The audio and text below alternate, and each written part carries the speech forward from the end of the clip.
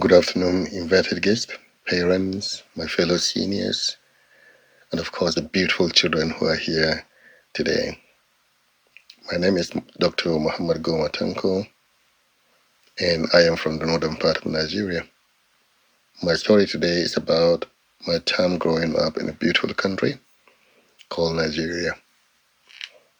In the 70s, the primary school education in Nigeria spanned over 7 years.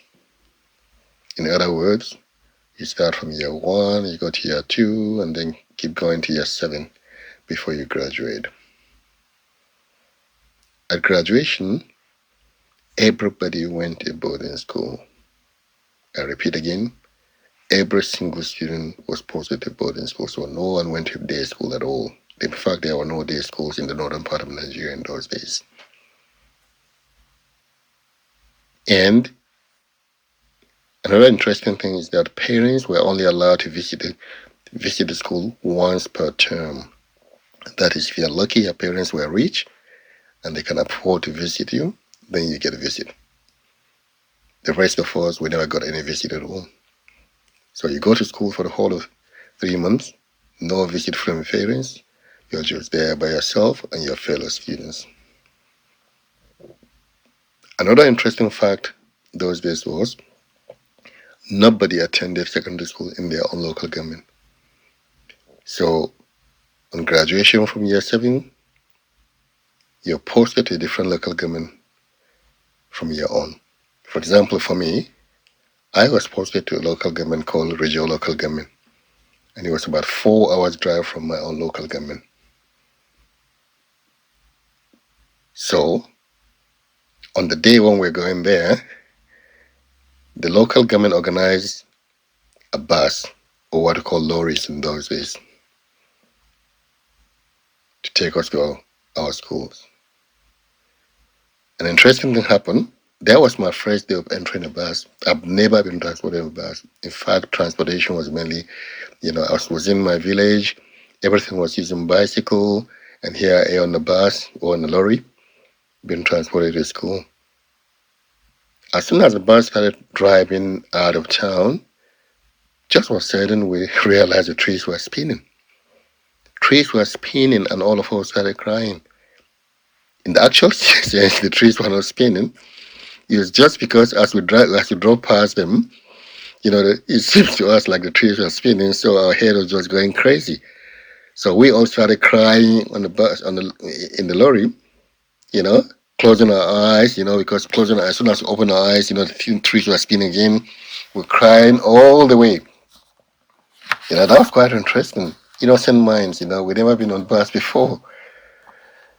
But the beautiful thing about those days was the teachers and the school were very, very caring. Very, very caring. I repeat that again. They were there for the students, all the time for the students. The food was good. The government really cared for every single student. The future of the country belonged to the kids. The children were worshipped by the leaders of in their country. We were provided milk. So apart from food given to us, we're also given milk, we're given biscuits, all these snacks were given to us. Soap to wash ourselves, to wash our clothes, everything was provided. Beautiful. At night, we had what we call prep. So that's when we go, and do our homework. So we sit in a class, for example, when I was in Form 1, that's year 7, a year 8 student will sit just at the front of our class to make sure that no one is making noise. So we all sat there, studying with our lantern, because electricity was not common in those days. So we all had our lantern. So we bought our lantern, came with our lantern, kerosene, on our lantern, you put out in your desk. And that was what we used to study in those days. So everybody had a lantern.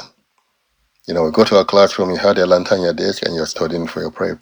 And we were very, very serious. Time was really important.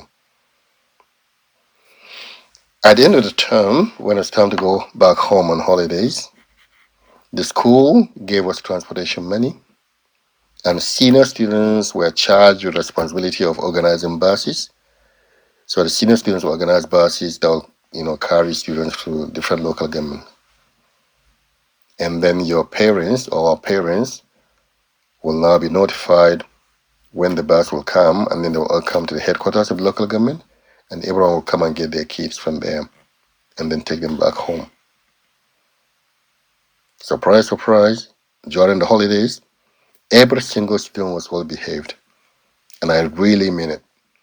During holidays, we're well behaved. We carry ourselves, we saw ourselves as ambassadors of our schools, so we're well behaved because any misbehavior in those days was reported back to your school. And when you go back to school, the senior students in that school are not going to be happy. You're going to be punished for that, for misbehaving during holidays, because they'll see it as if, you are spoiling the name of the school. So we were there during holidays. We were well behaved. Everybody was serious. In fact, our parents, when we come back from school, we're better behaved than when we left home. So that was the beauty of those days. Kids come back home, we're helping our parents. We wake up early in the morning, go and say good morning to them. We help them clean the house because we're used to cleaning house. So that's something I didn't mention as well. Because in the schools, there were no cleaners at all. There were no cleaners. So cutting the grasses, sweeping, the yard was the responsibility of the students. So therefore, what was done was junior students were given what we call a portion. A portion, it could be something like maybe a 10 meter by 10 meter given to you. So every morning you go and sweep that to make sure that portion is clean. So that's how the school is divided into portions, and they were cleaned by junior students. And the same thing happened when it comes to cutting the grass. You were shared as well. Everyone had his cutlass, go and cut the grass. Beautiful system, agency, teaching us independence. That was beautiful.